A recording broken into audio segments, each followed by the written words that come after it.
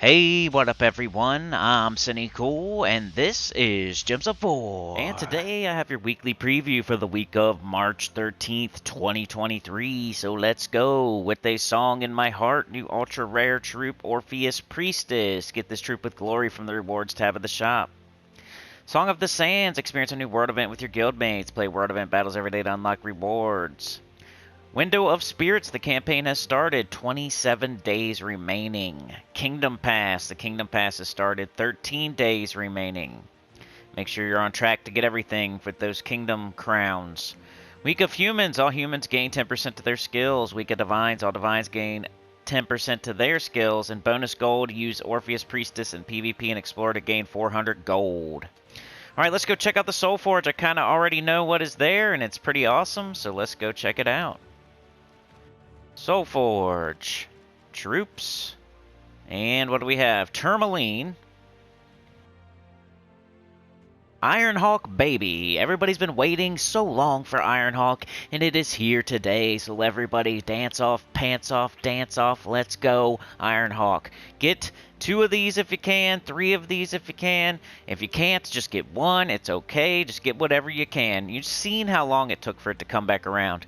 In my opinion, I feel like they somehow put it on the end of the cycle on purpose, but I'm always a conspiracy theorist with these developers. So, yeah, I know a lot of people have been waiting a long time, and I'm very happy for you right now. I might even craft, I currently own 3 of them, so never mind.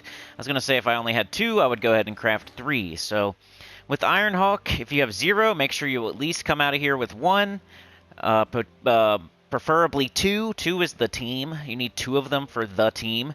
3 is like you shouldn't get any more than 3, but 3 is like ideal if you want to get as many as you should have. You should have 3 of them. But yeah, 2 is what you want to shoot for. 3 is like the ultimate goal eventually, but 2 and 3, there's no big difference really. 3 is like the best when you're doing certain things, and then 2 is the best when you're doing other things. So you kind of need both of them. 1 you don't really need, but at least it's better than 0. So try to get 2 if you can. 3 is the ultimate goal, and if you can't get 2, get 1 just so you're halfway there. We'll go over it a little bit more here in a second. Ketris the Bull. Alright, so Ketris, Turtleine, Bashdagon, and Ironhawk. Ironhawk is definitely number 1. It's probably the best mythic in the game, so there would never be anything else in the Soulforge that would be on top of Ironhawk. So you want to get 2 of these, 8,000 diamonds. 25, blue, brown, yellow, Adana, Construct, Mech. Create 12 Doom Skulls, then explode 18 gems. But the reason it is good is artillery support. Deal 5 damage to all enemies when an ally casts a spell. So you put it on a team with Dust Devil, at least 2 Ironhawks, and then a Sister Superior or a Greed. So you have 2 empowered troops. You're going to cast those 2. Artillery support's going to go off like 4 times, and now you just did 20 damage or 25 damage with the Dust Devil. Dust Devil does 5 to everything. Ironhawks go off 4 times when you cast Sister Superior or Greed. Now you're doing 25 damage. That's just enough damage to clear everything in one shot in 1 turn on Explore difficulty 1, which is really good for the Vault, really good for Nomapaloozas, really good for Explore difficulty 1. So Ironhawk is the best mythic in the game because it's the best way to get resources. If you want gold, if you want gems, if you want diamonds, if you want souls, if you want glory, any resource pretty much in the game, Ironhawks doing Nomapaloozas during the Vault event, or just gnomes during the Vault event, is the best way to do it. Better than any gold farming team, better than any soul farming team, better than any other way to get gems or glory. This is the best way. Ironhawks during a Vault event. So, number 1 mythic in the game, make sure you get whatever you can. Up to 3 of them, at least 1 of them. 2 is what you're looking for to actually make the team. 3 of them is preferred eventually, but at least get 2. And then 1 is just people that you're not going to get enough diamonds, but you do have 4,000. You still get it. You don't get something else because you only have 4,000 diamonds. Make sure you still get the Ironhawk so you're halfway there. Because who knows when it's going to pop up again. Get it now. Alright, number 2. It's probably pretty close between Ketris and Bashdagon. Because Ketris has been falling, but Bashdagon kind of was never a top 10, and is also falling a little bit. So I'd say Ketris just barely edges out Vashtagon these days, but is not a top 10, probably not a top 15 anymore. Get Ironhawk. 22 red, green, brown, Wild Plains, Divine Taurus. Deal splash damage to an enemy boosted by my attack, life, and armor. Gain to attack armor and life when matching red gems. Reduce damage from skulls by 25%. Allied Taurus gain 2 life. So it used to be like a borderline top 10, and then it just, you know, there are more better things come into the game, and it just keeps falling down. You know, and Furnace comes in, and Tina comes in, and Flaming Oni, and Lord of Slaughter, and Mistralis, and it just goes down, down, down. So right now it's probably somewhere in like the 20 area, 20s. So it's probably the second best mythic this week if you already have all your Ironhawks. Look at Ketris the Bull. So third would be Vashtagon, 24 green, blue, brown, Karakoth Daemon. Devour an ally, then summon a Daemon if the ally is devoured. Deal true scatter damage, boosted by my life. Curse a random enemy when matching brown, impervious, and spell armor 25%. So it's got that Curse of Madness. You can match a brown gem and, you know, get a curse sometimes when you need it for like High King Irongut and like a Delve. Sometimes it's pretty good to devour an ally and then do a bunch of true scatter damage also. It's decent. It's not a bad mythic. It's above average. It's useful sometimes, and it's just a little bit below a Ketris, I would say. Last, we have Turtleine. Turtleine, as I like to call it. 22 red, green, brown, Hellcrag, Daemon Knight. Deal damage to all enemies. Drain 4 mana from all enemies. Boosted by Gargoyle Gems. Create a good Gargoyle Gem and matching 4 or more gems. Reflect 25% of skull damage. 25% chance to summon a stone Mephite when I die. Not terrible, but just like super duper average. And the worst one in the Soulforge this week. Not recommended. Definitely get every other mythic in here. Get Ironhawk 3 times before you get Turtleine. Alright, what legendaries do we have? Chernobog, very important for the Chalcedony team.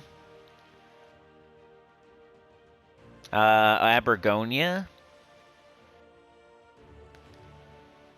Dracos, and BunnyNog. So yeah, Chernobog is probably the best thing available. It's actually used and on a team that is pretty good right now. 14 brown, purple, Hellcrag, Daemon Construct. Create 10 brown gems, explode 34 gems. Conjure a dust storm when my turn begins. Also, Stone Skin, 50% skull reduction. So the fact that it conjures a dust storm when its turn begins, just a dust storm always, and it's a construct, so it can go on the Chalcedony team with Geomancer. It's useful. It's on a meta team right now, and it's a legendary. So if you don't have it, you should get it probably. I wouldn't call it a top 10. It's only used on that one team, but it's the best one available in the Soulforge right now. Alright, so between Abergonia, Dracos, and BunnyNog, this is going to be hard. BunnyNog, I think, is one of the worst. So it's probably the 4th best legendary. So it's between Dracos and Abergonia for 2nd place. This does damage to all and bleeds all, and bleed a random enemy and matching green gems. Or SilentStun and drain 35 mana from an enemy with a 25% chance to destroy them. I would say Abergonia is 2nd. Dracos is 3rd. And BunnyNog is last. Weapons! Do we have any weapons this week from Lyanna Empire?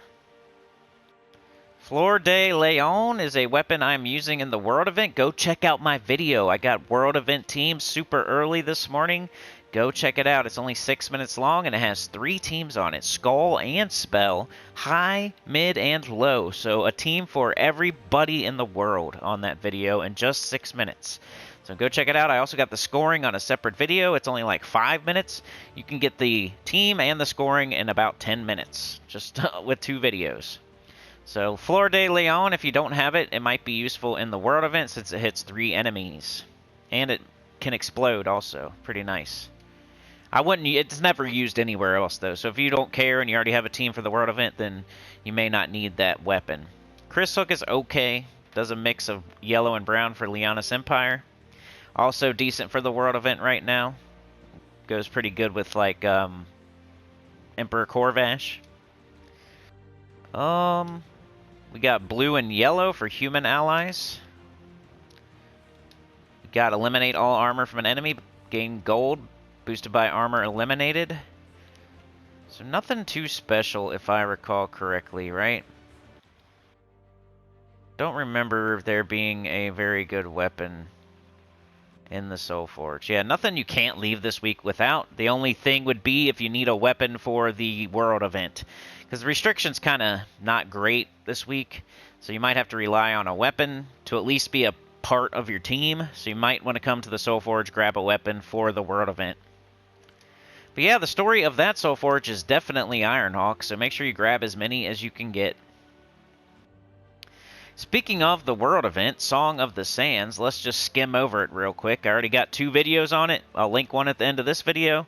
Go check them out, please. I'd really appreciate it. Share it out somewhere. Let's go. The Orpheus Priestess will sing a song to guide you, if you please them. Show your loyalty to Orpheus with the offering of music. Collect bells and songs as an offering. Alright, so we got Skull and Spell. I pretty much recommend spell damage whenever you can do it. Skull is there, though. I got a team for it, just in case you really want to do Skull for some reason. It could be the best this week. I'm not sure. There's just, like, no great spell damage troops. There's no troops that hit all enemies at all. So, if you're ever going to go down the Skull route, this isn't, like, the best week ever, but it's not the best week ever for spell, either. So, the fact that it's not... There's no troops at all that hit all enemies. There's, like, 0. The best you can do is hit 3 enemies, and then... or 2. So, just in saying that, using Skull this week wouldn't be a terrible idea, since Spell, there's no troop that hits all enemies. Doesn't mean like Skull is awesome or anything, it just means Spell is not awesome this week. The scoring's pretty straightforward, go check out my video. Always collect your stuff before you even start fighting every single day. I went up to tier 3, but you could only, you know, just do the first 2. That's what I recommend on World Event. Just do the first 2. Get the 2 potions, Explode and Enchant. And yeah, you should be okay there. Alright, let's go check out the shop. I already got my Spoils of War. I already bought my Orpheus Priestess, just in case it was good for the World Event when I was making teams at the butt crack of dawn this morning. Already did the scoring video. Already did the team video. Doing the weekly preview now, and I do the faction video later today. So, freaking 4 videos within 24 hours. Alright, we got Arcane Blade Trait Stones here.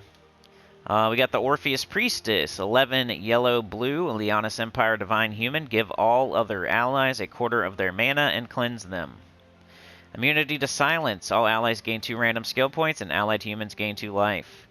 Not the greatest thing I've ever seen. We get, what do we get? So for every copy, we just get one Arcane Blade Trait Stone. So that's blue and yellow. Let's go check that out. Let's see what troops you can fully trait with the Trait Stone that's available in the Glory Shop.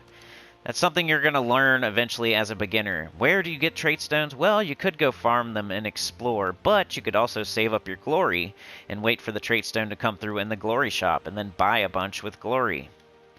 So we got yellow, we got blue, we got all colors, we got base rarity, we got show all. Alright, so here are the troops that could potentially use this stone as mythics and then for sure use them as legendaries and under. Aquaticus does the Tsunami, submerge all allies when matching 4 or more gems. Urali has the Poison Gaze, poison all enemies on 4 or 5 gem matches. I think that's useful in more than one kingdom right now, so Scorpius Urali is doing its thing right now, so you might want to get that fully traded. Ironhawk, the artillery support, super useful right now, and you got Ironhawk in the Soulforge right now, so make sure you get it fully traded after you get it from the Soulforge. So if a person is getting their first, their second, their third Ironhawk right now, make sure you also get enough trait stones to fully trade it because it's useless without being fully traded. The trait stone is in the Soulforge, at least one of them that you need. So go get it. Mistralis has Enchanted Wind. Enchant all allies in 4 or 5 gem match. One of the better third traits in the game. Skady has that Snowstorm. Stonehammer has 80% skull reduction. Celestacia has Gain Barrier on 4 or 5 gem match. Cedric has 100% bonus gold from battle. These legendaries definitely use this trait stone, by the way. Borealis does triple skull damage versus frozen enemies. This is your budget dollar store, wish.com, triple damaged from burning. So if you don't have the level 100 Sun Spear or Slayer class talent, this is your budget dollar store, wish.com version. The triple skull damage versus frozen enemies. Icy Cloak. Essentia, 100 or 50% start for dragons. I almost said 100% start for dragons. Or Airy with that Star Storm. It's unique. Silent Sentinel has a few annoying traits. Inflict silence when enemies deal skull damage to me. 50% skull reduction and a 25% spell reduction. Nothing to sneeze at, scoff at there. Anything else? It's pretty important, especially for legendaries. Princess Elspeth is empowered. She's useful. I think Tau is actually also empowered, but not very useful. Astral Spirit is empowered and useful sometimes. Is Moonsinger? Yep, empowered converter, purple to green. That's good for like Guild Wars sometimes. Sometimes. We got a couple very good bounty troops here. Corpse Mare and Chris Turtle. Here because they are here. Where we are. We are here and they are here. So that's why they're here. Alright, so yeah, a bunch of good stuff. Mistralis, Ironhawk, Borealis, Cedric, Celestacia, or Airy, Silent Sentinel, Essentia, all kinds of stuff here. So make sure you grab this stone, Princess Elspeth, if you need it. Check all those troops I just mentioned. See if you have them all fully traded. If you don't, you can go to the Glory Shop right now, buy as many as you want with Glory, and then you can go get it done. Alright, event key drop table is Lyanna Empire. Let's see what that means. Gonna go find Lyanna Empire troops. Tell you what is there. Let's do base rarity. Let's do show all. Alright, so the troops that are available in the event key drop table right now. These are the only troops you'll get with event keys right now. We got Tao and Flame of Anu are the and Voice of Orpheus, the 3 mythics. Nothing great. I wouldn't save up a ton of event keys just for these mythics. They're not very good. They're not bad either. They're not terrible. Like these are probably the most average mythic group of mythics I've ever seen from a kingdom. But you got Divine Ishbala and Emperor Corvash if you miss, and they are pretty good. They both used to be top 10s. Divine Ishbala still is, like a top 5 legendary. So really good, like S-tier legendary right there, Divine Ishbala. If you don't have it, if you just want to throw like 50 event keys or, you know, maybe 500 max, just to try to get Divine Ishbala, if you don't have it, I wouldn't be mad at that. But that is like the only thing here, literally. Divine Ishbala, if you don't have it. So, not a very exciting event key drop table, unless you don't have Divine Ishbala and you've been waiting for it. Then yeah, it's okay to throw like a few hundred event keys. Don't go too crazy. Alright, what else is going on this week? So today, you're going to be doing your campaign, getting that done. Make sure you do your crowns, get that done. World event, you'll probably be starting on that. I've got 2 videos on that already, so go check that out. Tomorrow, Tuesday, what's our faction? City of Thieves. So that's a weird one, because the best thing to do, unless you are literally trying to get every faction to 500 right now, unless you're an in-game player, you should have City of Thieves on level 20 to farm it. It's a weird situation where level 20 is the best. Level 20 City of Thieves is the best farming faction.